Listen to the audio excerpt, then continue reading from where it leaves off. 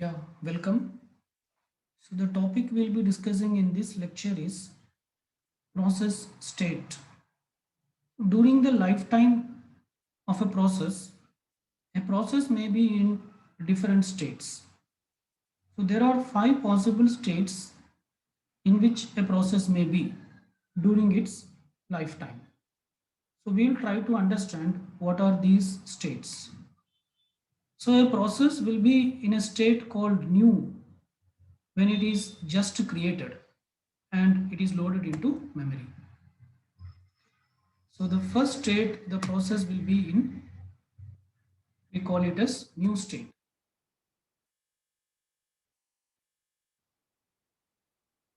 The process, the moment it is created, it will be in a state and that is called as new state. So what is meant by created? So as you know, a process is a program under execution. So when the exe code of the particular program, when it is loaded into the memory for the first time, then it is in a new state. Okay. And the second state is running. The moment the process is allocated with the processor, then it means that the process is in running state. It means that the CPU is executing instructions from this particular process. And from the running state, the process may enter into another state called wait state if the process want to perform any IO operation in between its execution. Okay. So from the running state, that is when the process is being executed by the CPU, from that it may enter into a wait state. Why it goes to the wait state means because it may want some IO operation to be done. Maybe it may want something to write to the hard disk. So writing to a hard disk, it may take long time because hard disk is a slower device. So the process now from the running state, it will go into a wait state. That is, it will wait until that IO is completed. Because during that time, processor can execute some other process. Okay. Or a process may want to print something to the printer before continuing to execute the next instruction. Then also printing is a hardware device, it is a slower device, so it will work slowly, so it will take time to complete the job. So during that time, during the time the file is getting printed, the process may enter into the wait state. Okay, why it is going to the wait state? Because CPU is the most valuable resource, so we don't want to waste the CPU time while the IO operation is being going on. So the process just goes to the wait state and the CPU will execute the next process. And, and a waiting process, if it is ready for execution again, if a waiting process, okay, if a waiting process which is waiting for an IO operation, if the IO operation is completed and if it is ready for execution again, then it will enter into a state, that state is called as ready state. That state is called as ready state. So basically ready is a queue. Ready is a queue.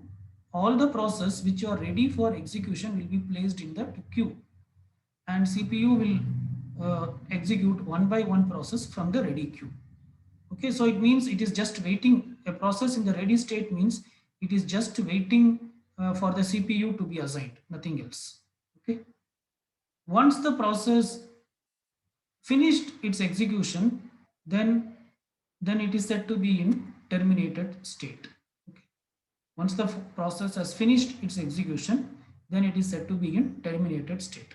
So these are the different states a process may go through during its lifetime. So which is explained in this diagram. The moment the process is created, it is in a state and that state is called as new state. That is when the process loaded into the memory for the first time, it is in the new state. From the new state, the process will enter into the ready queue because it is ready for it is ready to get executed. So it will enter into the ready queue. So ready is basically a queue. So more than one process may stay in this queue. It is not that only this new process is there. Maybe some other process may be in this queue already. There may be process 1, which is waiting, process 2 is waiting. Say currently some process is running already, and this new process may be a third process. Okay, so then from this ready queue, the process will the CPU will take one by one process and it will execute. Okay, first it will take process 1, it may execute for some time, and then it may execute process 2 for some time. After that it will execute this new process which is previously new. Okay, and it will execute. So now this process is in running state. If the CPU is assigned, then it is in the running state. And while getting executed, if the particular process want to perform some IO operation, if it wants to perform some IO operation, say the process want to print something to the printer, but printer is a slower device, printing will take much time. So during that time, the process can wait, but CPU cannot wait. So the process will go into a wait state, and CPU will continue with the next job. Maybe CPU now once again will continue with process 1. Okay, so then it will in the wait state as long as the printing is done or any IO operation is completed. Once the IO is finished, so when you can see here, when any IO or if any event has to occur, then the process will go into the wait state. Once the IO is completed, then again it will go into the ready state. Again it will come into the ready state. Okay, once again it will come back into the ready state and it will wait for the processor to be assigned. So like that it will execute. So while executing, the processor has finished execution. The particular process has completed all its instructions and it has finished execution. Then it will get into the terminate state. Okay. So this is the uh, life cycle of a process. So during its lifetime, a process may enter into all these 5 states. Okay. So why the process is going from running to ready? Because CPU is context switched. CPU is context switched. That is, the CPU will not execute only one process until it finish execution. No, CPU will allocate time.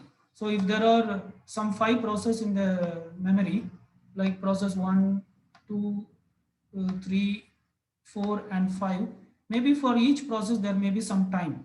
Like process 1 will execute for 2 milliseconds, process 2 will execute for 3 milliseconds, process 3 will execute for 5 milliseconds, process 4 will execute for 4 milliseconds, process 5 will execute for again 2 milliseconds, like that.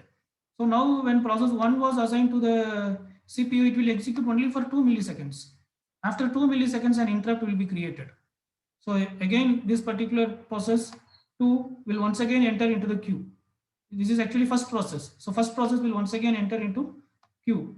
So okay. So again it should wait in the queue, right? So now the processor will start executing the second process, which will execute for 3 milliseconds. After 3 milliseconds, after 3 milliseconds, again an interrupt will be created. Okay, so like that, uh, for each process there will be a time slice.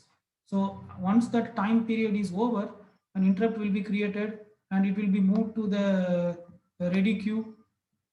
So this happens continuously.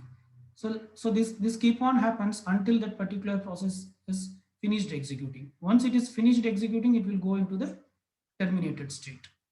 Meanwhile, if there is any interrupt, sorry, if there is any IO operation, it will come into the wait state. Okay. There is something called as a dispatcher.